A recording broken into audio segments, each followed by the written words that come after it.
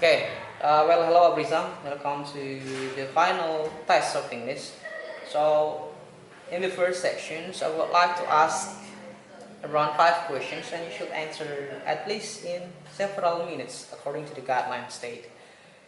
Well, we go to the first questions. Could you mind to tell me about yourself? Well, first of all, my name is Abrisam Rafiq. You can call me Abrisam.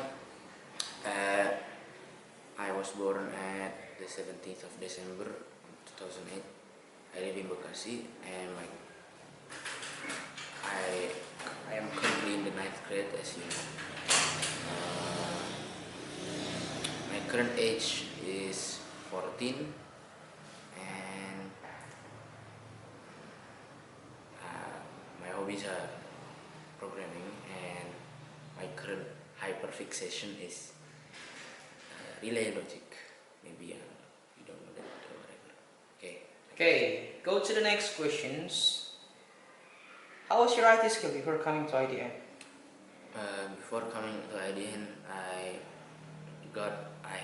had a few, I have a little bit of IT experience because my parents gave me a laptop for when I was learning in the pandemic season. So first thing that I mastered actually was Blender. Not really mastered. I literally only made the Blender donut, if you know. And how I got into that was because my dad lended me his old laptop, really old, only 32-bit and Windows 8. And I got interested in video editing. How I don't know why also. And through that way, I researched more and I found Blender. Nah, after that, I got into computer programming. I started off with VBS script, and it's just I mostly use that to do some silly things, like make warning windows, alert windows, and almost once crashed my father's laptop. Yes, that's a mistake. And after that, yeah, I learned Python and stuff like that. Finally, when I got into ADN, it pretty much improved quite a lot, but not exactly in the Eden curriculum, but it's okay. I am unfocused, so yeah, I can do that. We go to the third questions.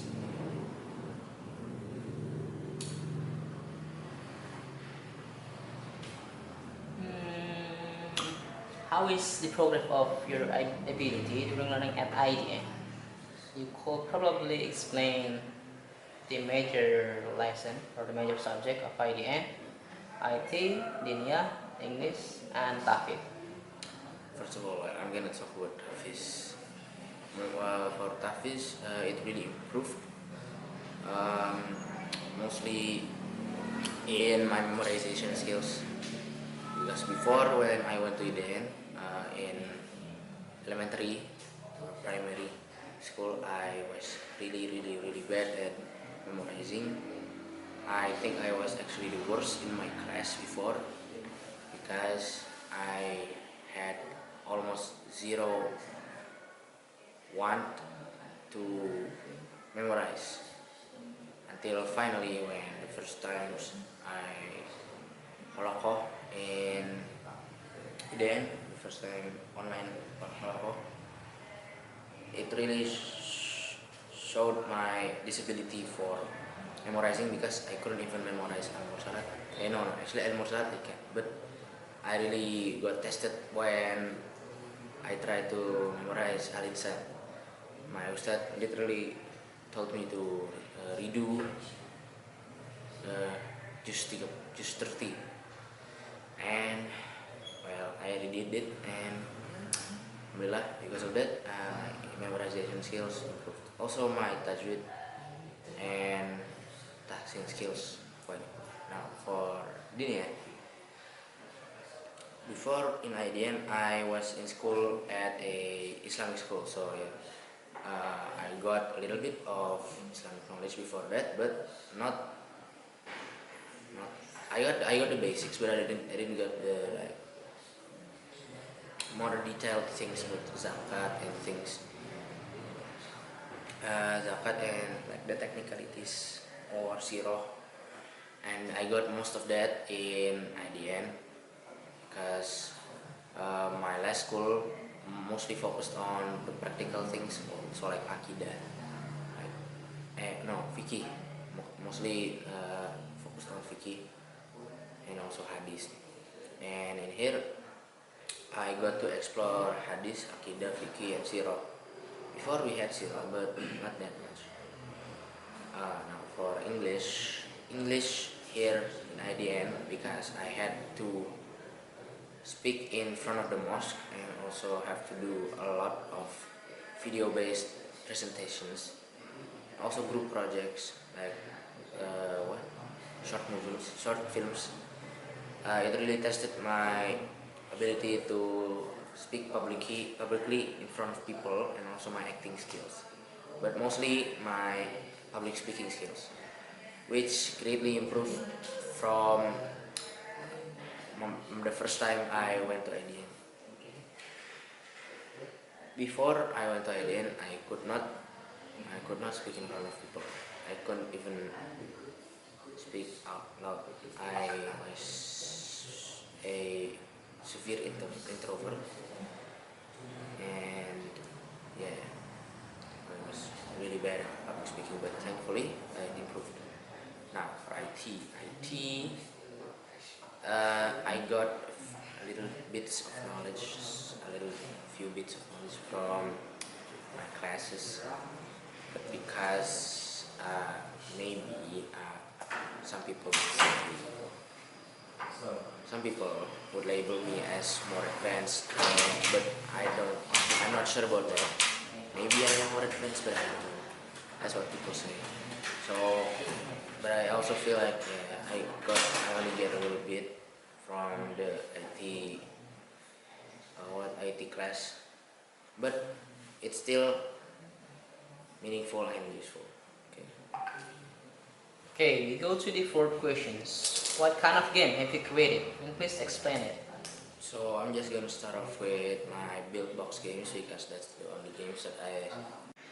Okay. Okay, Brisam, would you mind to tell me about a game that you created during IDN? So I would like to explain a game that I created in Buildbox. More exactly is what Dino game, because that's one of the games that I kind of did by myself. Uh, this time I did a new technique, kind of different from the teacher because I don't know, he taught me to, but it works. So yeah, it works. And it's really basic. Really basic. Okay, next. Any word for IDN? So anyway, maybe thank you so much for turning myself into who I am right now, allowing me to grow and giving me a lot of opportunities to get this much experience from school, especially in my Tafis and also Dinia, because I before when going to IDN was really lacking in that space. And also thank you for the teachers, my friends, and also the Muslims who played an important role in this in the journey on how I got to myself today. And I also apologize if I have made any mistakes to my friends or to my teachers, because I am still human, and also I forgive any mistakes that my friends or my teachers did, because they are also human. And also just generally thank you for all that the entirety of this organization have done. Maybe that's all. Yeah. Just thank you. Okay, well, thank you, Brisam, for this the first sections. Bismillah, Assalamualaikum warahmatullahi wabarakatuh. Inshallah today I will be presenting my final target for country report, and the country that I am going to tell you about is United Kingdom. Now, first let's get to the table of contents. Now, today I will tell you about the basic information, controversies, history, geography, politics, and stuff I like from it. And then I will close. Now, basic information about the UK. The UK is an island country and it shares borders with the Republic of Ireland. It has a population of 68 million and it is a constitutional monarchy and a parliamentary democracy. Its capital is London. Now, what is a constitutional monarchy? It means that they have a king or queen. Right now it's the king because the queen has died just a year ago, I think. And a parliamentary democracy, meaning that people elect a few representatives to be a part of a parliament. They represent the kabupaten lah, to explain, I don't know the word like that. Nah, just like DPR, similar to DPR. Now, continue to the controversies. Well, the UK has a lot of controversies because they have been known to steal from other countries. Most famously Europe. I mean, Egypt. They stole stuff from Egypt and put it in their museums. And they also have been really crazy with colonization. They are one of the biggest colonization forces, as you know. There are a lot of countries that are now still under United Kingdom rule, such as Australia, Malaysia, and others. There are a lot. Thankfully, they failed in colonizing us. Now let's move on to the history. This one is a long part. Now, first we start off in 43 AD. The ancient Britain. The first earliest known inhabitants of Britain were the Romans, were the Celtic tribes, yes. And then the Romans came in and destroyed everything. And the Roman rule continued for several centuries. After the Romans left a mess, the Angles and the Saxons from Germany appeared. They are two Germanic tribes, and they also, from what I've seen from a video, they contributed to the creation of the English language. More history now. The Viking invasions. Vikings from Scandinavia invaded UK and mostly Scotland. That's why the accent is kind of silly, I think. Now, the Norman conquest. Norman William, conqueror Duke of Normandy, defeated King Harold in the Battle of Hastings. That's it. I don't know the details behind that. Okay, let's continue. Now let's move on to like a more decently modern, relatively modern Britain, medieval England. They wrote the Magna Carta in 1215. There is a document that limited the king's power, so the king cannot act like Firaun. They cannot kill anybody without any justification. They cannot enslave anybody without any justification. And just literally, it's like almost the constitution for England. And in the 16th century, they saw the Tudor dynasty, which notable monarchs like Henry the whatever that number, and Elizabeth the first. So Queen Elizabeth lived a very long time. So from the almost 18th century, she was born, and until now, she only died. Let's move on to the final slide for the history. They were one of the Allied forces in World War II, and they also contributed a lot in World War I because they were the country that successfully broke the Germans, the Nazis, encryption system, which is the Enigma Enigma cipher. They did it with the help of Alan Turing and his friends. I will show that in next slides. Now, recent history, which is right now. In recent decades, the U.S. faced many economic challenges and constitutional issues. And in 2016, they held a referendum that decided that they should exit the European Union. So they are technically now not in Europe. They are not in the European Union. So you have to get a passport if you want to go from Europe into the United Kingdom. And that conflict was called Brexit. Right now, the prime minister is Boris Johnson. He became prime minister in 2019. Okay, next we move on to the geography. The UK is located in the British Isles, northwestern coast of mainland Europe, so quite close to Europe. It is separated from Europe by mainland Europe by the English Channel, and across the English Channel there is France, and under that there is a tunnel, the 3 tunnels that connect France to England. England. Now there are many topographies in England, mainly the lowlands and the highlands. And there are, as you see, a few islands. There is the main part, Great Britain, Ireland, and also the Isle of Man and Channel Islands inside the channel. The climate there is moderate. It has 4 seasons, as the same as other countries in Europe. Now let's move on to its political system. The UK is a constitutional monarchy, as I said before, so it means that a king or queen has head of state.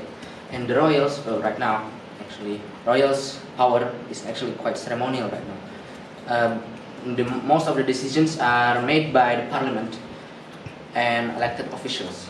The UK has a parliamentary democracy, as I said before, where the prime minister is the head of government and responsible to the elected parliament.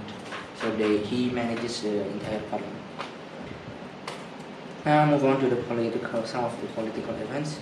One of the significant recent political events were, as I said before, in 2016, they decided to leave Brexit. Decided to leave the European Union, Brexit. And right now, as you know, Russia and Ukraine are fighting. The Ukraine sides with the European Union and also the United States. They support Ukraine, and they don't support what Russia did to Crimea, and it's currently doing things to support Ukraine, such as sanctions and also military aid and humanitarian aid. And move on to the nerdy stuff. These are the stuff I like from UK. The UK is a major force in the development of computer science because a lot of cool people were born there, such as Alan Turing, Charles Babbage, maybe you know, and Ada Lovelace, which I will explain in the next slides. Now, here is the machine that broke the Germans or Nazis' encryption system. It also really quickened the end of World War I because the Germans cannot communicate securely anymore. Now, here are some of the cool people that were born there. Ada Lovelace was an English mathematician, and she was noted as the first ever programmer because she wrote the first ever executable program. And Charles Babbage was the inventor of the first mechanical computer, the difference engine, and he also made plans for the analytical engine, which was a theoretical machine that compared to now's computer were very similar. Okay, maybe that's all that I'm gonna present for today. I'm in the slide. I'm sorry if I'm kind of awkward because I am an awkward person and I also kind of don't like myself. Anyways, maybe that's all. Wassalamualaikum warahmatullahi wabarakatuh. Waalaikumsalam. Okay. Bismillah. Assalamualaikum warahmatullahi wabarakatuh. Inshallah today I will be making showing you the camera presentation about my favorite projects, which is part 2 or 3 of the final target. First, just can get to the list of contents. The first is I'll be showing you my student profile and telling you, the viewer, a little bit more about myself. And then after that, I will show you my favorite projects from 7th grade up until 9th grade, and then my achievements, and then finally I'm just gonna close the presentation. Okay, let's get to my student profile. So as you can see, my name is Abri Samroy Moana. I am 14. My age is 14 as of September. Actually, it's October right now. But yeah, whatever. I am in 9A. My passion is computers, and my hobby is messing around with electronics and writing. Maybe the picture not accurate, but yeah, whatever. Okay, go. Continue. Yeah. To my projects. First, 7th grade. At 7th grade, my IT projects were limited. We were only doing, at the first semester, we were doing Scratch, and we made in total about, I forgot how many, like 6 or 8 games. Most of them were basic type games, and there are also like more complicated games, but yeah, whatever lah. In the second semester, that's when we finally moved to Buildbox, which is a bit more complicated but still simple. Nah, the first, my favorite projects is Catching Crow, because it's the first ever game that I made in Scratch. And I made this when it was still the pandemic, because I was in the third batch of going to IDN. I did this when I was at home, when it was still fun to do projects at home. I kind of regret that I didn't make use of the time effectively at home when it was PJJ. But the point is, I made this when I was in PJJ. Next is Running Ball. This is the second ever game. No, this is the first game that I made in. Whatever. This point is, it's a game made in Buildbox. I like it because it's simple, and it's kind of nihilistic and Sisyphean. One can imagine Sisyphus happy. So here, you just run continuously with no end, just dodging obstacles and catching things, just like Sisyphus. Never-ending task, never-ending game. You just do the same thing forever. Fun. Next. Next, at 8th grade. In 8th grade, we learned a few more things on IT. The two major branches that we learned are multimedia and IoT. In multimedia, we did mostly UI UX projects, posters, and 3D design stuff, or combination, like when we did 3D website design. And second is IoT, when we did basic robotics, sending data, getting data, basic electronics, and that even though we made some mistakes, but it's okay. So, the first project that I kind of liked in 8th grade was photo manipulation, because it's kind of fun. It was kind of fun to do, but very frustrating, because when the internet goes down and you forgot to save, it's gone, your masking progress. That's why it's fun, but whatever. Now, the second of my favorite projects are in the IoT branch, weather station, because this was the simplest one to do. There was no actual electronics. This was only done in a simulation, and that's why I kind of liked it. So yeah, that's pretty much it for 8th grade. Nah, in 9th grade, this was when it finally got kind of interesting a little bit. The first thing that we did was coding. We made some kind of useful projects, basic tutorial projects, and maybe some little bits of mobile design principles. And next up we have Android coding. Basic rhythm programming, basic programming concepts, and yeah stuff. The first thing that was actually kind of useful was the geometry calculator that I made. This was the last Codula app for this semester, and maybe you could get some use out of it, but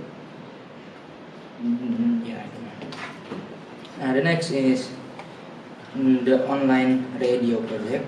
This was maybe kind of useful, but I didn't have much of intent while doing this, so the UI is very empty. Nah, the final project, this was a personal project. It was not from UDN, and I don't have any documentation, so I only have a picture from the internet of something similar, and that was the relay calculator. This is not the actual picture that I made. What I made was way more eye-watering. It was very not good to look at. It was not beautiful, but it did. So basically, what I made was a calculator. It can add 2 numbers, and that's it. That's all it does. It did, but it took me a week to make, and now I am working on a full-scale 8-bit computer with the same principle, but just bigger than this. Now next, my achievement. I don't really have that many, but yeah, I'll show you what I have. English Olympiads. I have I've done a few English Olympiads. Most of them were probably just fake things because they were free. So that's why I didn't really think of them as serious things. I got first place in a few places, second place,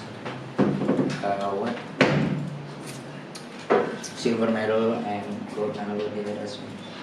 I don't really think that these wins were sincere. It's probably just because of luck. Now I still have 40 more seconds. Now I'm just gonna jump back to this one.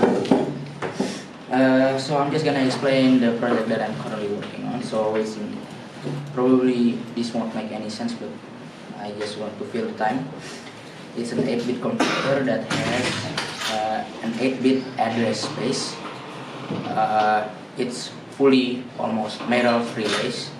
The parts that were made of relays were only the ALU and registers, only one register, the program counter, and so a little bit of the logic stuff.